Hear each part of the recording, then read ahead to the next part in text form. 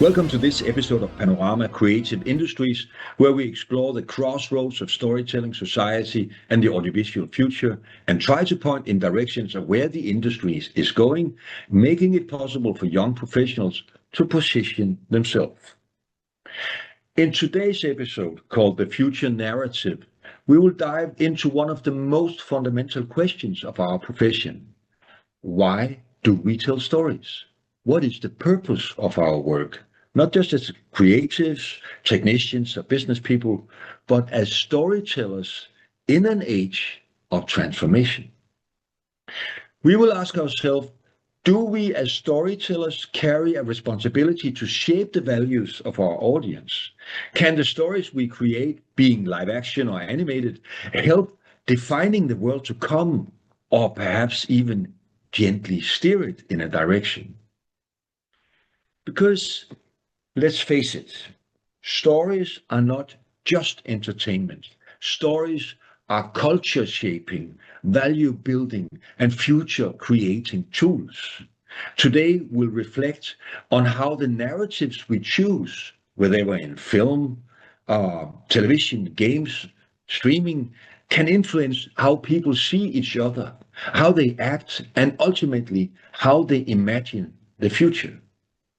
So join us for a conversation about purpose, vision, and responsibility in visual storytelling. This is not just about storytelling, it's about the very reason for stories. Today's guests, Niels Gramkow, a young director, graduated from the animation workshop in Denmark for around 6 months ago, and Jerry Cleland, animated feature writer-director and a narrative alchemist. Niels was one of the participants in the Paneurama Next Gen Lab 2024, and Jerica was one of the mentors. But before we go to our guest, let me give you just a deeper introduction to the topics that they will talk about.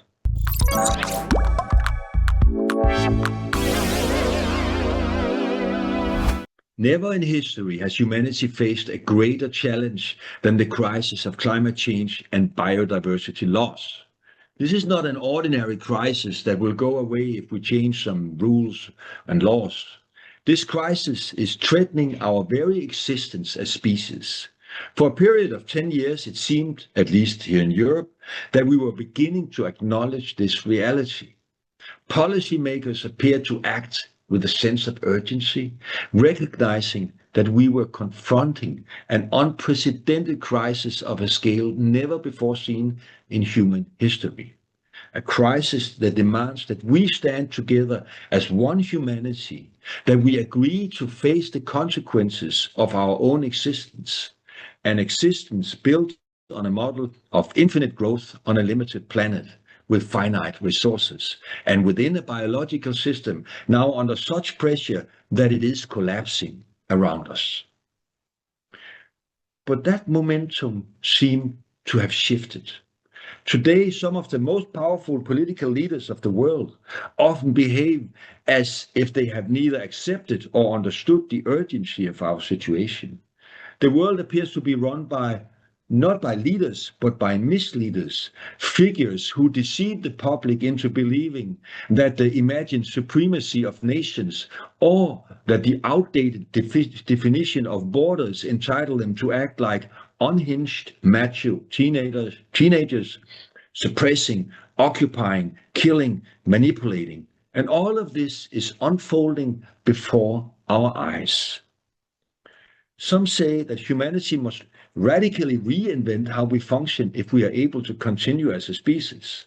War and skirmish are not what we need now. We need a path to peace, a mature global conception of a society capable of addressing the challenges we ourselves have created.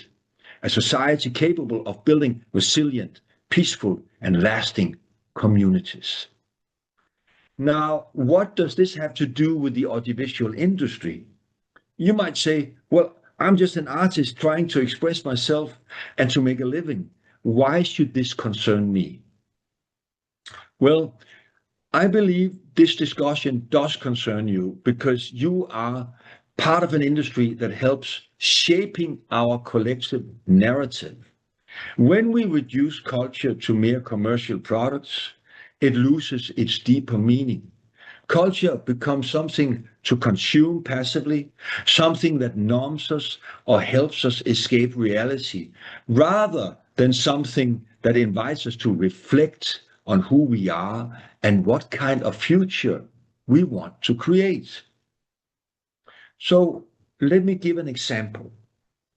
If we look at the themes at the core of narratives in the global film industry today, they should reflect what concerns us as humans.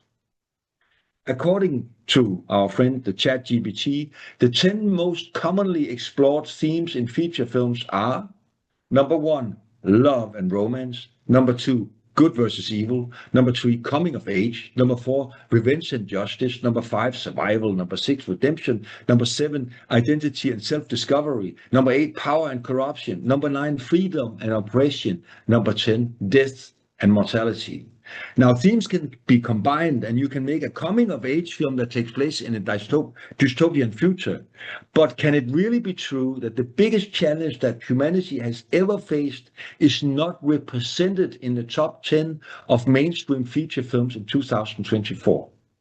Feature films where climate change or biodiversity loss are central themes make up just 0.1 to 0.5% of the total global film production. Today, we will be discussing how to change this.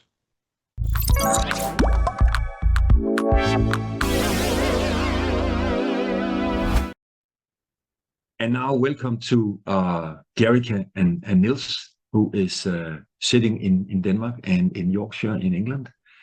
And I think we can just thank you for listening to my a little gloomy introduction here, but it was kind of to set the scene. And I think, Niels, if you could just introduce yourself just a short little more. I just said you were a young director, but if you should say something more, what would that be? Yeah. So I'm Niels, and as you said, recently graduated from the animation workshop. And then during my internship, I was lucky to stay at a game studio called Wirefly. And also in my internship, I attended this Paneurama workshop where I directed a short 30-second film talking about some of these themes that we're talking about today. And then now I'm working on my own short film and also in early development with a game, also dealing with themes with energy and waste. And so I'm very curious on this topic, and I'm really happy to be here and hopefully learn a lot. Yeah. Thank you, Niels. And Jerica, I think the narrative Alchemist really struck a chord in me. Can you describe yourself and your work? Sure. Yeah, I got my start at Pixar Animation Studios a long time ago in the early days of the studio. And what I really felt when I was there, was I really felt here, was the power that the medium of film in particular has to meet people where they are and begin to shift them through emotional relationships. So if you think of a film like Finding Nemo, I remember I was on vacation when that came out. And I was traveling up the coast, and I went from San Francisco to Vancouver, and I had a 2-year-old daughter. And we went to the aquarium in Vancouver. I had been out of touch of news. I hadn't been paying any attention to the film's release. And we walked up to the aquarium, and there was a huge clownfish out front, and I thought, okay, Disney, Pixar, of course, they put a big clownfish in front of the Vancouver aquarium. What I was not prepared for is I walked in through the doors, and there must have been 150 children running from tank to tank, screaming the names of these characters. Dory, Dory, Dory, Dory, Nemo, Nemo, like this, Bruce. And they were so delighted and excited to see, the animal that was related to this film. And it's a generation of children that fell in love with the ocean, even if they'd never seen it. And when I saw that, I thought, okay, the question then is, we have this power. The question is, what are we doing with it? And what kinds of stories are we telling? Because clearly our ability to open the heart through awe, through wonder, through curiosity, through adventure, through relationship, this power is very strong. And I think the question that I was sitting with as a young professional, I was about, Niels, I was about your age. I was really wondering, like, what are we doing with that? So that led me to leave the studio system. I kind of went in and out of various studios across the US and Europe, but really with this independent perspective of wanting to bring particularly films, but experiences to the public that have this alchemical quality, that have this intentional sort of invitation to feel something deeply and maybe shift, paradigm shift, basically. So that's why I have really spent my entire career building films, short films, VR, AR, live action, 2D, CG games, like all different media, but really around this idea of meeting people where they are and creating experiences that shift the heart. I know you have brought an example of your development works in a film that you're working on now. Maybe you can show that, because that's really wonderful and puts very much into perspective which kind of stories you're working with. Yeah, thank you for that. Yeah, and I would say 90% probably, or 80% of the work that I'm doing right now is specifically on climate change, biodiversity, the sort of threat to environment and to life.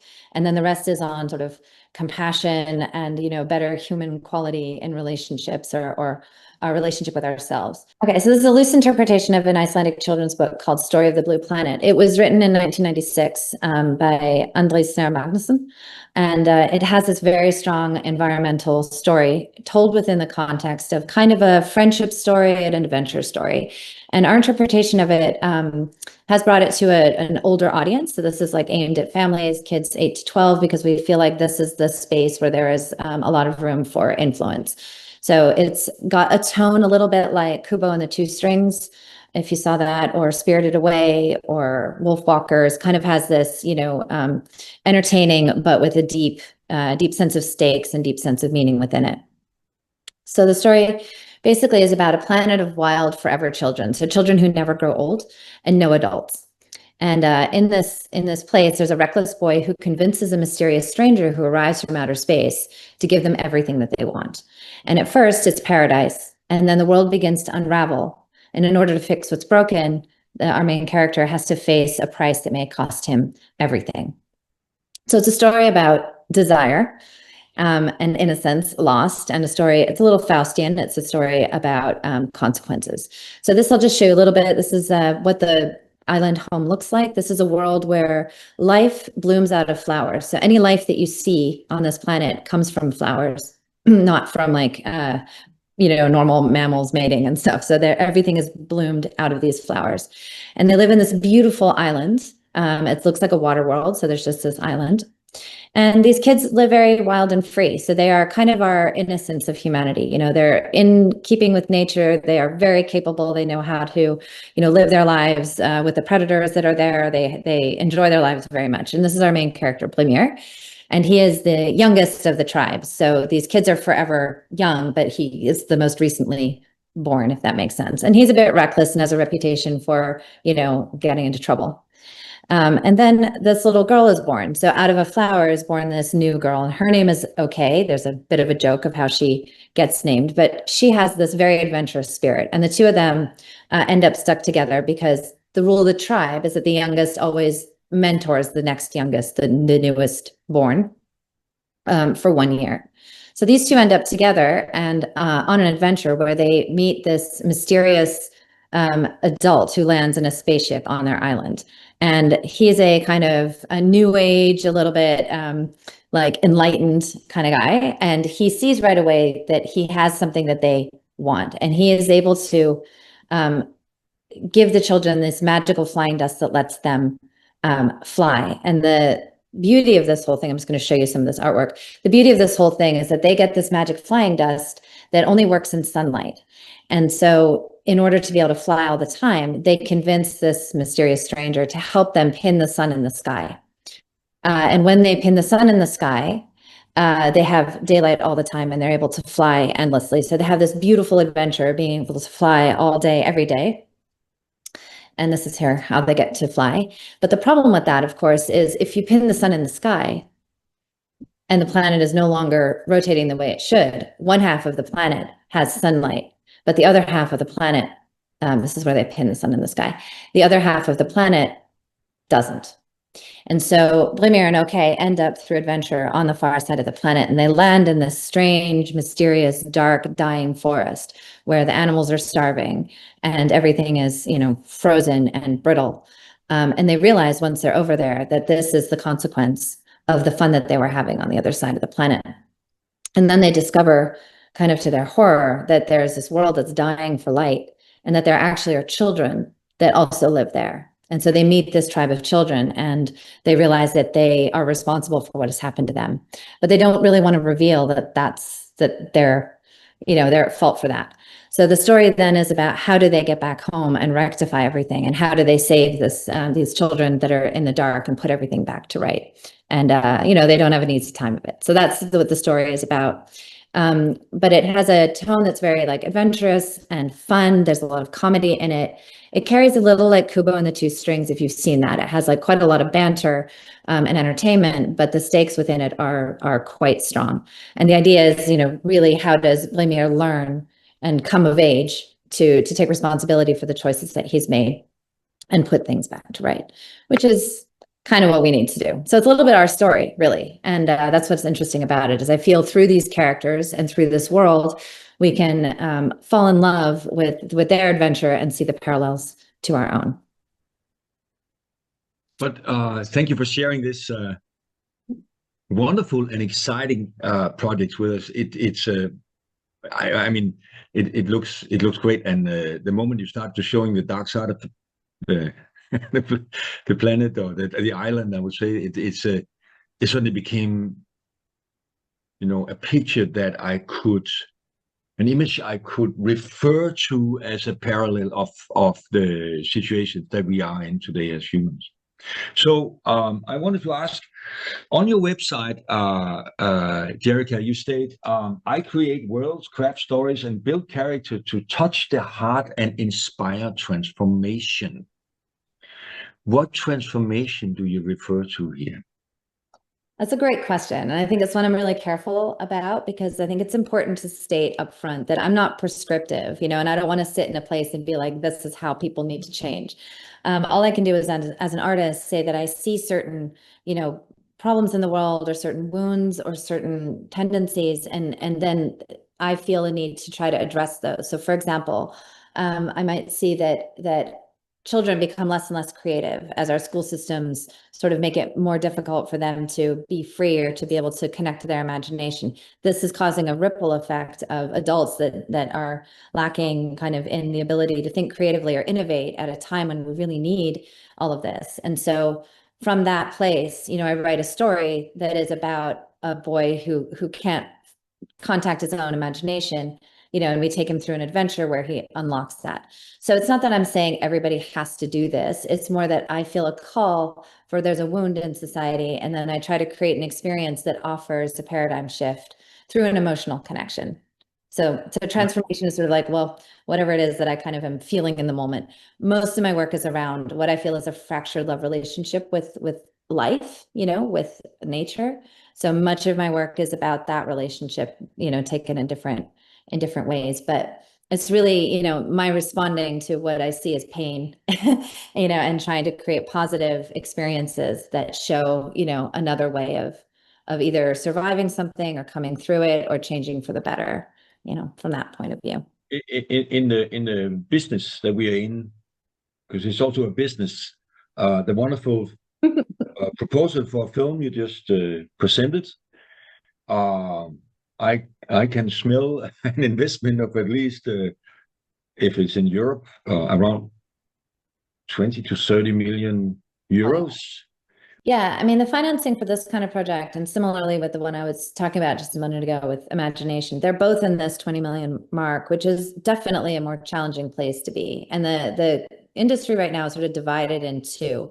And one part of the industry is in the very small budget films with a lot of independence and a lot of freedom and autonomy. And I definitely mostly sit there, because we're very fortunate with the European cultural funds, Canadian cultural funds as well, to be able to make material that doesn't have to sell in the same way that a $90 million feature does, So the other side of the equation is the $90+ million films that are out there, the Marvel sequels and the Pixar films and these other things that are, more considered guarantee box office, but I don't think they are either, but we're very much in this kind of, like everything else in society, we're moving to this polarization of the very, very high end, very expensive, and then the very, very low end. And the tricky thing is when you have a story like Under the Sun, where we need to be able to show a certain amount of richness of the world in order for people to have the emotional reaction. You need to have a populated enough world and a big enough scope of story to make the cinematic experience land, which we can't really do in those small budget ranges. So this is the tricky part. And I would say right now, film financing is in a very difficult space anyway. I think prior to the pandemic, we had the rise of streamers.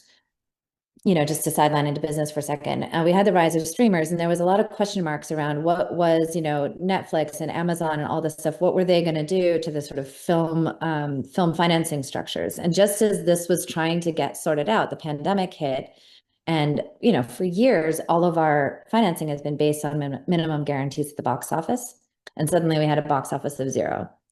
And so this has thrown, our industry, I feel, has thrown our industry into some disarray because those new structures haven't come forward yet. Like, how exactly do we do this when box office isn't as solid as it used to be? Streamers aren't willing to pay in the way that the minimum guarantees used to. So there's some question marks around this, and this makes it a kind of sleepless time, for producers like me especially.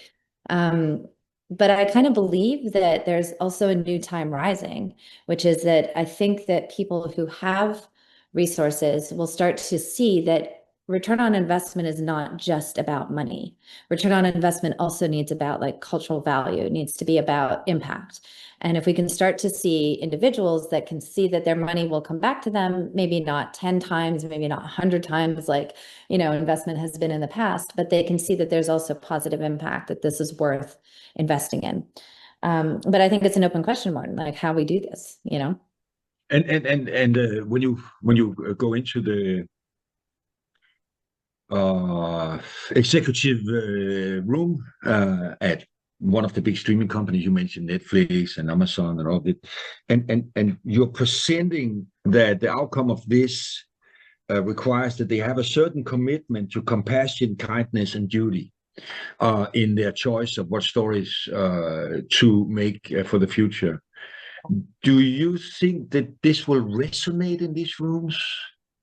It depends on the room. And I would say not necessarily in the ones that you've listed, but I also feel there are more and more now platforms and streamers and that are in the indie space that are looking for meaningful entertainment, because there are also, this is in the audiences, right? Audiences are also looking for something that is deeper, something is more powerful than the kind of snack food that they're getting right now. They're getting a lot of sequels. They're getting a lot of, reinterpretations of things we've seen before. And so there's starting to be a demand. And I think as that demand rises, there will be some newer ways of seeing media. I think what's hard for me as a filmmaker is I'm very like emotionally attached to the sort of, we have a theatrical release, and sort of like what the life cycle of a film is. And it is, times are changing. And so we are trying to find, where do we meet the audiences? How do we meet audiences where they are? And film is only one way, right? Because we can meet them through games, we can meet them through shorts, we can meet them through series, So I try to look at each project and say, what is the best, the best fit between the audience we're trying to reach and the opportunities that are available. I just want to bring Niels in and ask him a question, because here Niels is standing as a young director at the foot of a very, what do you say, if you look at it on it as a metaphorically very, very tall building where there's a lot of stairs, there's no elevator to the top, and wondering which door to open to get a chance to at least formulate his ideas or realize his ideas. And it's what do you think about this when you hear this? What is your thoughts standing there at the foot of the high rise, Niels? Well, I think it's very interesting to hear from Jerica's perspective. But I also see, I really believe in there is like a new way we can show media as well by using transmedia, like using many different ways to communicate our vision. And something that I'm really interested in with the game that I'm working on is working cross sectors with sectors that have not been part of the entertainment industry traditionally. And I think you're very right, Jerica, when you say like, oh, we can only communicate like a story, and then there is a limit to how far we can go.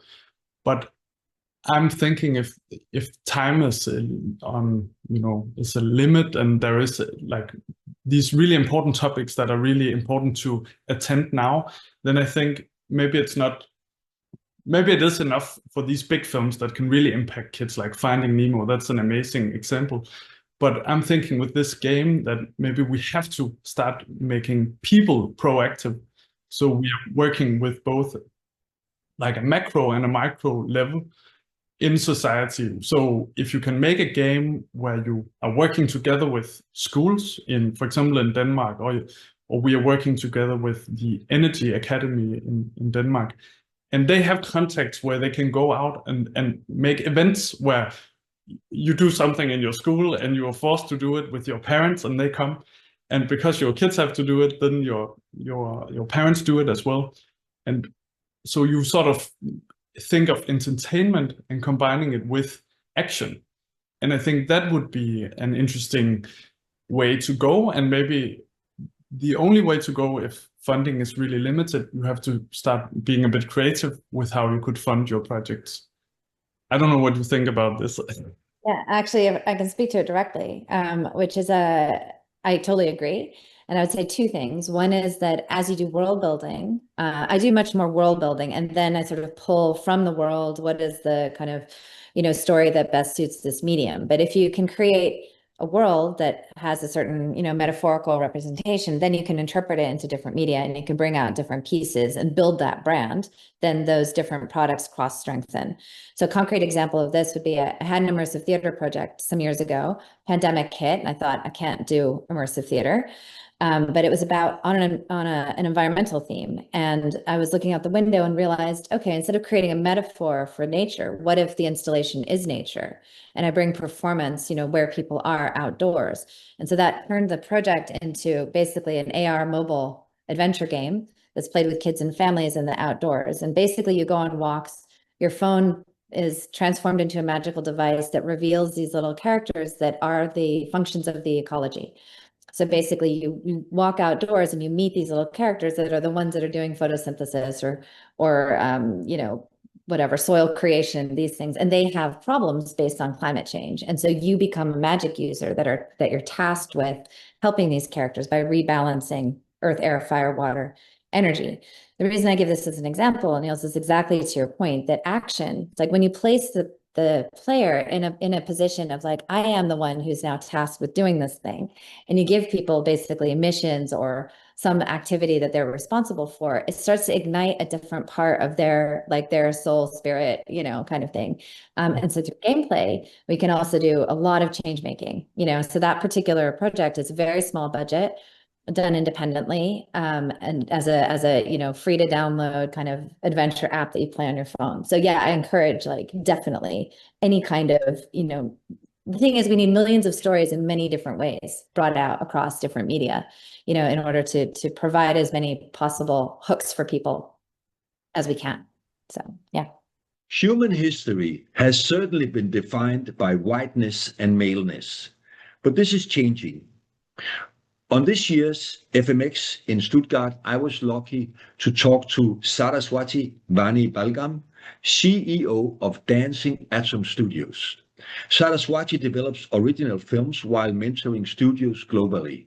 For the past 3 years, she has partnered with Epic Games as the creative director of the Women Directors Program, mentoring over 120 women across 17 countries to create unreal short films and games. I asked Saraswati some questions on the topic of storytelling from a female point of view.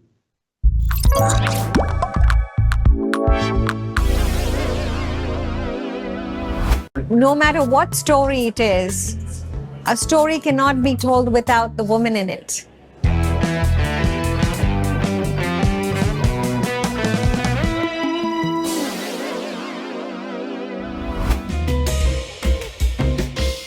I was just at a huge summit in India called the Wave Summit, and the Prime Minister of India, Narendra Modi, was there, and he had a very beautiful mention that he mentioned is the story starts in the mother's womb. Because the minute the child is in the womb, the mother is telling the child stories. The minute the child is born, the mother is telling the child a lullaby. The mother is telling the story. So storytelling happens even before you're born. A woman has it so naturally in her to be one of the best storytellers in the world. I think story at the root of it is a woman. The reason I say that is because empathy and relationships are kept very sacred by women. And so no matter what story it is, a story cannot be told without the woman in it. But when we're talking about jobs and when we're talking about intuitively bringing women to the workforce, whether they're writers, whether they're directors, whether they're the visual effects supervisor or animation supervisors, I think we just have to just make a little bit more space and include them into this big circle and just kind of pull them more closer, you know? And men are amazing at it. Men are super. Like my dad, for example, if it wasn't for his dream and his light in his eyes, I wouldn't be here. If it wasn't for the sacrifices that my brother made, I wouldn't be here. If it wasn't for a loving husband who stands by me, I wouldn't be here. So, sorry, I'm getting emotional. But all I'm trying to say is men are like the soil that are super supportive. But you just need more of them. I think there are a lot of them. Great men, like my family. And I'm sure there are lots of families that have great men, including yourself. I think we just need the industry to become that very nurturing ground where men are saying, yes, you have it in you. I see the potential in you. And if you just make that statement, I think more women are going to rise and, you know, and they're going to acknowledge it. You know, women love acknowledging when someone supports them. So I think it's not that it's a bad thing. It's just like it's a timing thing. And I think the time is now.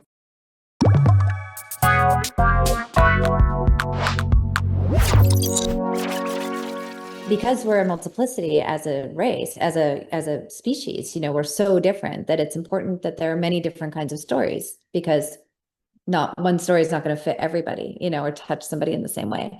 So I think it is really important, and it's just changing. And the other thing I think is that we tend to do, there's a lot of media around the sort of apocalyptic, post-apocalyptic, you know, kind of stuff. And the problem is that, you know, we will walk into whatever future we envision. So when we spend all of our kind of time and resources envisioning a dark, post-apocalyptic future, we are sort of cementing our way in that direction. And I think it's very important that there is a strong balancing force that shows visions of an abundant future, visions of a bright future, visions of one where we're living in harmony, you know, with the rest of life.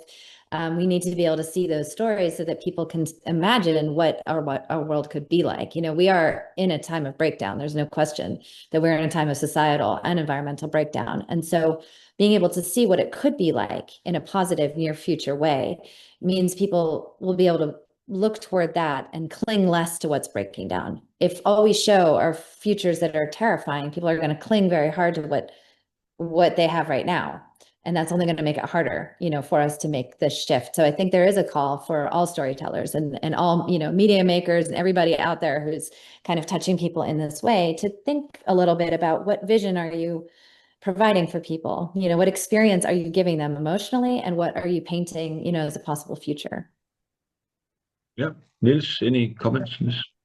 I think both to like more female, feminine voices, but also like more inclusive in general of like would make our films and media and industry way better, because if we're only representing a little portion of society, then we are giving this weird image, and what is there to you know, reflect back at. Again, when I look at the screen of Netflix or Amazon, I see a lot of films where the selling point, the unique selling point of the film will be a car chase or a gun in the picture.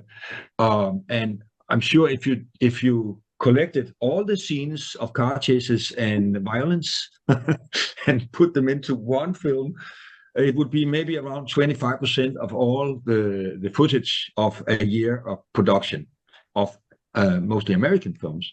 When I see European films, and in Europe we have a problem. We are only 70% of what we're looking at is American.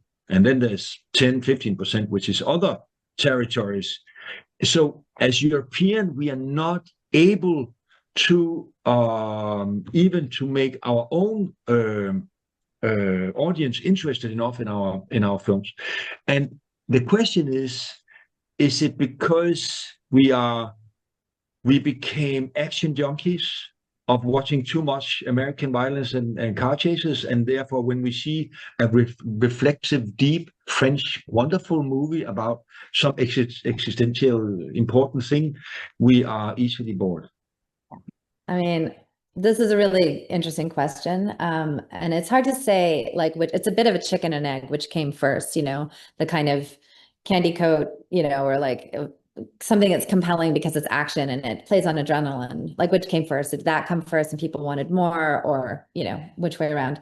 But I will say this, I will say that our industry right now is in a logjam around distribution. And so one of the biggest problems that I see from where I'm sitting is that distributors are necessary to unlock financing and to, you know, to finance projects successfully and to get them out into the market. And as long as distribution is selecting for sequels, action movies, these kinds of things, no matter what the audience wants, only those things are getting made.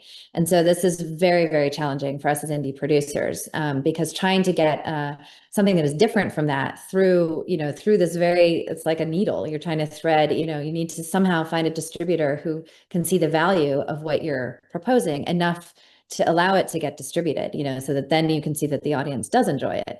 And I do feel, and I could be wrong about this, but my sense is that the audiences are looking for other things. They do want different kinds of material. They are interested in it, but it's very difficult to get it made because distribution is holding that, it's gatekeeping. So I think we do need a strong sort of push in distribution to start to make sure that films of greater cultural value or products of greater cultural value are getting out there, and that there is some kind of, you know, balancing that's done between these mega films that, you know, everybody wants to see, some are blockbuster, but that also some of these other products are getting out there. And it's an economic problem. You know, it's like those ticket sales are guaranteed, so everyone's self-selecting for that material, and then the audience only gets that material, so it just reinforces, you know. I think that there's a danger also in Europe, that you might do one or two films and then you are out because you are not able to grab the audience. And that comes for even very, very good and skilled storytellers that is well educated in film narration and all that. And I think that there's this danger avoid this, Niels. And that is that there's a danger of coming, because you have a wonderful messages and you are talking about compassion, kindness, and duty. But if you don't understand the distribution system, or is somehow on the right side of having some kind of power or agency, you might end up becoming the marginalized, angry, bitter artist. Avoid that, Niels. Definitely. Yeah. Yeah. I think our industry is very much like that. It's very polarized. You kind of either are a commercial director who's very successful, but making the kind of material that we're talking about that is sort of self-selecting, or you're the indie that is like working really hard, relentlessly trying to, get something through for a small budget, and it's very frustrating and difficult. And it's easy to become bitter or to sort of give up, All I can say to that is that, keep trying. My own approach is to try to find things that have the broad appeal. So I'm trying to mix kind of the tone and appeal of what, especially I saw in the film's early days of Pixar, but mix that with the kind of level of heart and degree of high stakes and sort of meaningful messaging that I see in the European films. And I think there is a place, where these come together, because many of the European films do fall into such a niche market, that only a small number of people see them. They're wonderful, but only a small number of people see them. And I think there is space in the market growing, for something that is both broad and has depth. I think this is possible. So this is where, we're trying to like move the needle in that direction, but it is a very complex thing. Financing has to come together and the distribution has to unlock. And so this is what we're really working on to make it hopefully possible, for more indie filmmakers to make larger projects that can have a bigger impact. I just want to point out, Niels, so back to your point, that it isn't just about film, and film is, it's one arena, but games have, games are a very effective way of reaching people. Many people play casual games all the time. So, and also little series and there are different kinds of media. And I think we need all of them, and I think we have to be very fleet-footed and kind of go like, okay, I have this thing I'm interested in making, and like, what are the opportunities out there for financing, for distribution? What are the models where we can actually meet the people, and then you design for that. As an experience designer, you design for that thing, and I think we do all have to be sharp and able to move into different directions, in order to kind of move through this time. But I'm wondering, because I think I'm privileged in the sense that, for example, I live in Denmark, and if things don't pan out, worst case, maybe I could study something else to go hand in hand with what I'm doing. But not everybody has that privilege, and I'm just wondering, like what would be a more practical, if you are in my shoes or my age, like I've been wondering, for example, with the short film I'm doing, is it better to, follow this long process and get it out, distributed correctly? Or is it better to just make it, if you can, go small and make it? Or, I don't know. There are many strategies one can take, but I don't know if you have something to say. Hard to answer, I think, which is the best way. I will say the best way is when you can take a way, you know what I mean? If you see a way forward, I would seize it, generally. I think to answer your question, I mean, yeah, in Denmark, there is this very different sort of perspective on risk taking, like what you're able to try to do and sort of what your fallback position is. If you're sitting, especially in the US, I'm Canadian, so we also have a bit more of a safety net, not much, but a bit more. If you're in the US, you don't really have that. It depends, what society you're in. My advice, though, I think stays the same, which is that if you are interested in a long-term career, in entertainment and in any form, that you can build. I mean, some people rocket to the top. Every now and then you hear these stories and they're amazing. So like keep your eyes open, like the radar open for things like that. But generally, I feel the best way to build toward a career is to take parallel tracks.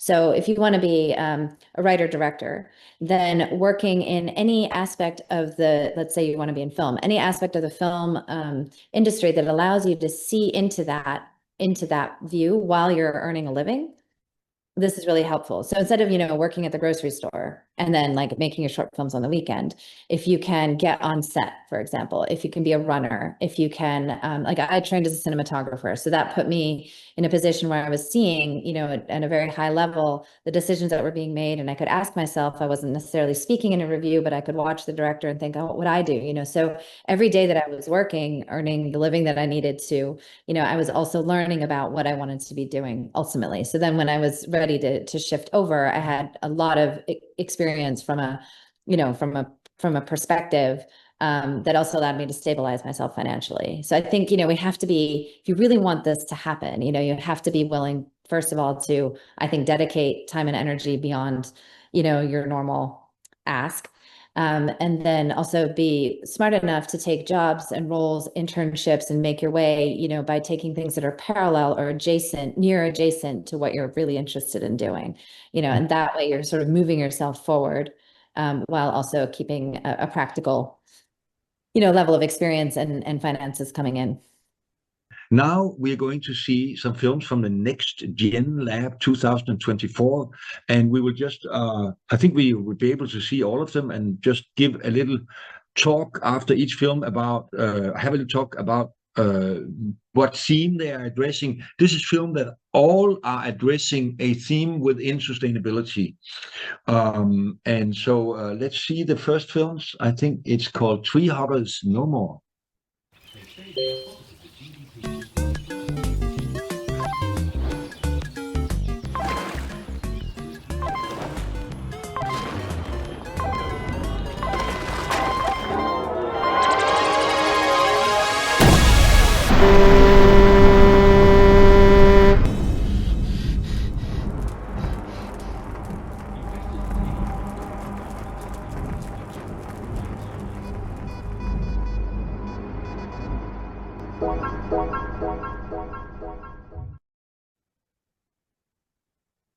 Yeah, Niels, can you tell us a little about that film? What is the theme they're touching upon here? I'm definitely, seeing a theme about over consumption, or maybe just attaching our consumption today with the real world, or putting how to say, the consequences of our consumption in a very visual way. It sort of shows it very clearly, and maybe that it feels very cozy at home. The way we use electronic devices, how that can also have an effect to the real world. And then it's put on the edge, which is exciting for 30 seconds. Yeah. And you, Jerica? Yeah, it's amazingly powerful for such a short film. And I think what it does is it makes, we know theoretically that when we purchase things, when we, use this, that there is some consequence. And I think what this does is it makes the immediacy of it kind of in a game style way. So it's like you press something here and then you see a tree disappear. And it's just bringing in this juxtaposition of like, we make a choice and there's a consequence, right? Like in the same frame. And then when you add the game sound effects in the game, it keeps this sort of lighthearted approach with this message coming through. So I think that juxtaposition is really effective. Okay, thank you. Let's see, the next film is called Lullaby.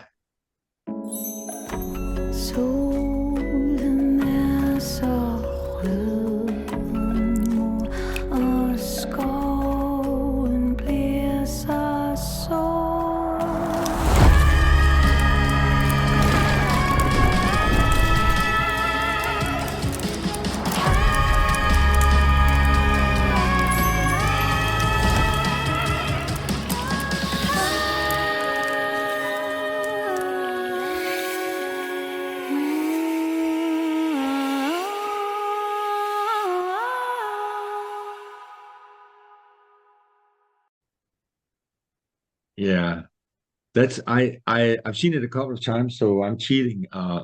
For me, it's a film that actually touches deep, and I think this thing about this metaphor of a cradle with a child, and it seems like the adults are gone, and something terrible happens because something is loose, is rampaging. I can't say precisely what is happening, but it gives me goosebumps. Definitely. Yeah. There's also that leaf with some oil dropping on it, so it's hinting like maybe there's something of nature human contrast, which is done very like discreetly in a way, but it definitely touches me also with this very Danish song that my mother would sing to me when I grew up.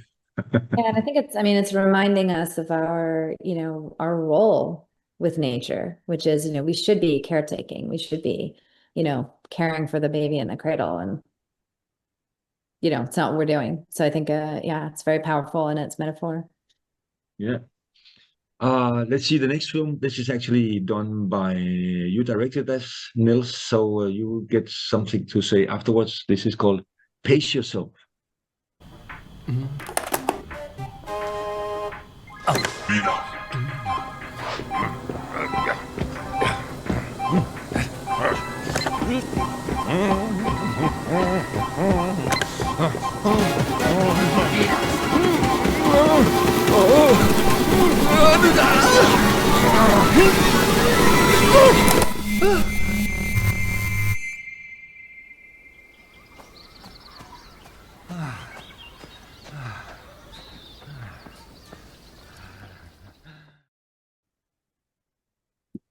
All right. Yeah. Niels, infinite growth is impossible. How are you dealing with this subject? I mean, we definitely looked at sort of the economic growth and how our society uses this economic model that is about growing infinitely. And ultimately, we will run out of resources, or before we do, we will probably, damage our globe or our selves doing this. So we were making this, the guy is running and he's inside stuck, but he's so focused on continuing in his individual goal, it's just him and his goal. And then at some point there is this graph, it's going up almost the treadmill, and he has to not stop running, he has to continue running. That's the message, but just in a pace that is sustainable. I don't know. Jerry? Yeah, I mean, what's great about it, I think, is this internal focus, this individuality, this singular kind of perspective, which is loss of perspective, really, right? And replacing the human in the context of the rest of the world. And it's not saying don't live, it's saying do it in a way that works, with everything. And I think that's beautifully brought through. Yeah. Okay, let's watch the next film. It's called Soccer. Breaking news. The culprit behind global disaster has been found. Max Zucker, the billionaire mosquito. Let's hear what he has to say. I get it sucks, but what can you do? Ugh, come on. If you were in our shoes, you would do the same. I mean, it's business as usual. Nothing more. Sir, we need you in the conference room. Okay, time's up, fellas. Gotta get to it, right?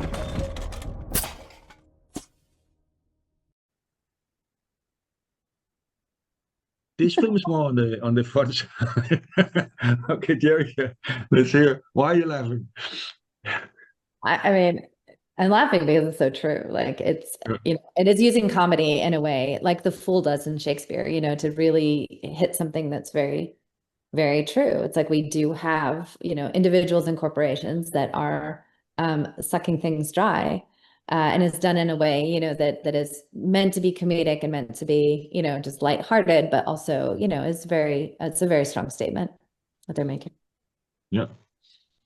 I really enjoyed the use of humor. I think we'll talk more about that later, maybe. But the thing that it doesn't, just because it's about climate change, it doesn't mean that we can't use humor. And that's a very strong emotion too. So yeah. Okay, let's see the last of these films from Next Gen Lab. It's called Teleconsumption.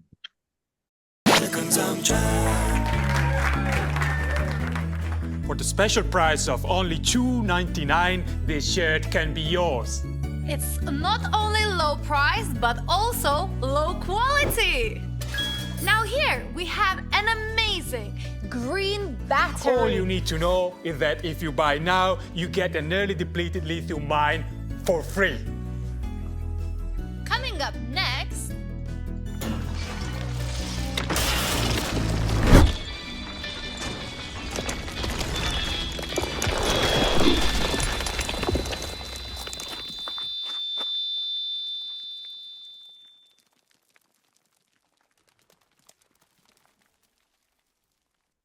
So this is about consumption, and the reason why I chose to put those two funny films, because they're both funny. They play with fun, and when you play with fun, there is a tendency, how can I say, satire uses the tool of ridiculing a lot, and typically that means that you are pointing fingers at the others. You're saying, ha ha ha, you're fools. I remember a great film about the climate change that came around 10 years ago. It was called Age of Stupid. There was one man left, I think it was. I never saw the whole film, but I just remember this picture. And my point is here that both of these films were very well done. They were funny, they were great. But I'm trying to maybe say that at the moment, one of the reasons that climate change and biodiversity, the crisis is kind of stalling as a crisis in our consciousness is because we have introduced in our way of dealing with it a divide where people either stand on one side and say, point at the people, the activists who are saying we need to do something about the crisis. They will say that's just politics. Somebody made it into politics, and this crisis is a lot bigger. It shouldn't be about politics. We should really agree on solving this as a community, no matter if we are right or left, or we are poor or wealthy, or what we are. So we have to stand together, and in that sense maybe it's a problem that we use comedy and is ridiculing. So what do you think about that, Jerica? Yeah, I mean, comedy is a challenging thing, and I think on one hand it can disarm, people. On the other hand, if people feel othered, which in this case I think both projects kind of use that idea. If people feel other, they tend to double down. They don't tend to go like, oh, I'm in the wrong, let me change. Rarely do people change that way. And so I think it's the thing to sort of remember the way that people change typically is when something touches them in the heart. So if I appeal to you with statistics and you're on the fence about something, it might change your mind. But most of the time, if someone's like got a particular perspective and I speak at them with new data, they aren't really going to change. And similarly, if somebody feels offended or someone feels called out, it tends to create a resistance. And what we need right now is to melt those resistances and to open people's hearts and to kind of create a different sort of alchemical basis for shift and for change. And, everybody's different, but I would say most people are unable to hold the sort of keys that I always point out. They're unable to hold judgment and curiosity at the same time. So when you create moments of curiosity, judgment tends to recede. And similarly, when you create moments of awe and wonder or of like deep emotion, the heart tends to open. And those states we're a lot more willing to, shift. And we tend to step out of our ego or individualism and move into something that's a little bit more connected, the sort of connected consciousness. So I think we just have to be careful. Comedy has its place. Disarming is wonderful. Getting people to laugh and then realize something is a great technique. But we do want to be careful that if we push people into a corner, sometimes they get more fierce, and then we sort of get the opposite effect than what we want. Thank you very much, Jerica. I think that was actually maybe the golden words of the whole program. And I think we will end on that note with Niels.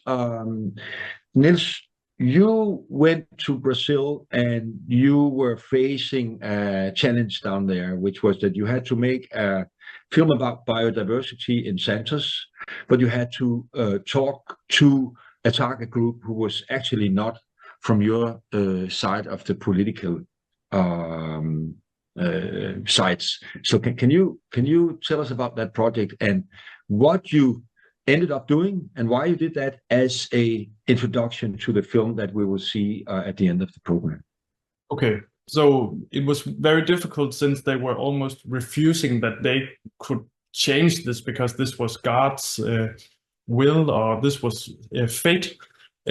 So what we ended up doing was trying to reach something that was very close to their hearts and that they could agree with, which was their children and taking care of your family.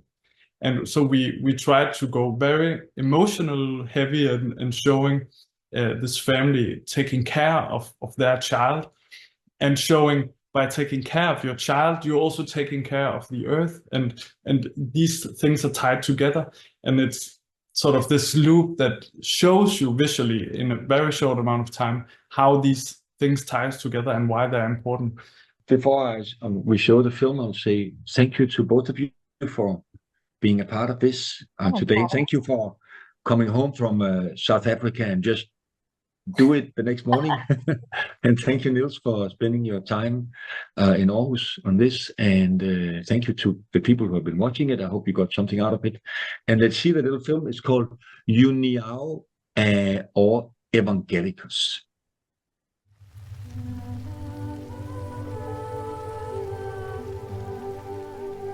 Toda família protege seus filhos com amor e ternura, pois eles herdarão a responsabilidade sobre o mundo.